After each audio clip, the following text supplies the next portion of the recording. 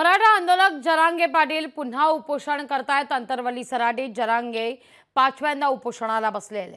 सगळे सोयरेसह सरसकट मराठा आरक्षणाच्या मागणी करता एल्गार पुकारण्यात आलाय। आम्ही सरकारला पुरेसा वेळ दिला असं जरांगे पाटील म्हणतात। सरकारला जेवढा वेळ द्यायचा होता आम्ही तेवढा दिलेला आहे। आमची सरकारला विनंती की तुम्ही या सगळ्या मागण्या पूर्ण करा। आरक्षणाच्या बद्दल आम्ही ठाम आहेत। सगळ्या सोयरीची अंमलबजावणी पाहिजे। कोणाच्या काय हरकती आहेत काय आम्हाला माहित नाही, आम्हाला त्याशी देणं घेणं नाही। मराठा आणि कुणबी एकच आहे। या आमरण उपोषणाच्या माध्यमातून सरकारला सांगणे तीनही गॅजेट लागू करण्यात यावेत तातडीनं। काय पुरावे हैदराबादमधून आलेत ते पुरावे तातडीनं लगेच लागू करण्यात आले पाहिजेत। गॅजेट आहेत, उगाच गॅजेट सर्टिफाईड पाहिजे, नामकं पाहिजे, शिक्के पाहिजे हे म्हणत बसण्यापेक्षा शिंदे साहेबाच्या समितीनं त्यावेळेस आणलेलं आहे। आडदड साहेबांकडे आमच्या काही अभ्यासकांकडे सुद्धा गॅजेट आहेत, ते पण गॅजेटच आहेत, ते काय वेगळं नाही आहे। द्यायचं असेल तर बहाण्याची गरज पडत नाही सरकारला। तुम्ही मुलींना शिक्षण मोफत केलंय, मुलींना मोफत शिक्षण मिळत नाहीये। तुम्ही व्हॅलिडिटीची अट ठेवली, आता तुम्हाला मुलीला मोफत शिक्षण द्यायचं सगळ्या जाती धर्माच्या मराठ्यांसह, मग कशाला अट पाहिजे?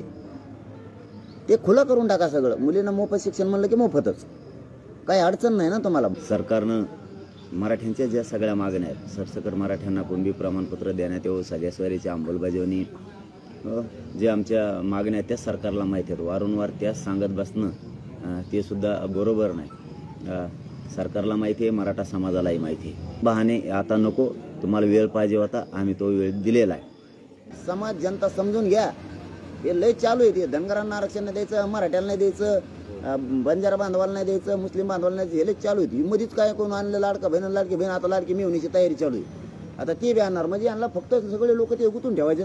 तोवर आचारसंहिता लागणार, तोवर निवडणूक येणार, लोक लाईनीतच खुश, आणि एकदा हे झालं की बंद पडणार। इथून मागचे किती बंद पडलेत, किती जणांना माता मावल्यांना पगार उशिरा येतात,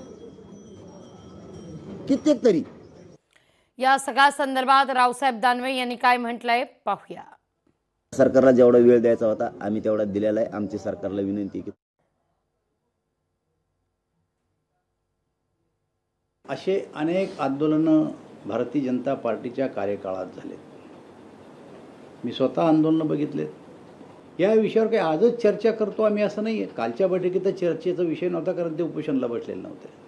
पण या अगोदर पार्टीनं अशा प्रकारच्या बैठका घेऊन या विषयावर चर्चा केली, आणि चर्चेतून 10% आरक्षण द्यायचं हे सरकारचं ठरलं। सरकारनं आरक्षण 10% दिलंवी, आणि ज्यांना आरक्षण दिलं, ज्या काही सरकारच्या नोकऱ्या आता निघतात त्याच्यामध्ये त्याचा समावेश सुद्धा आहे।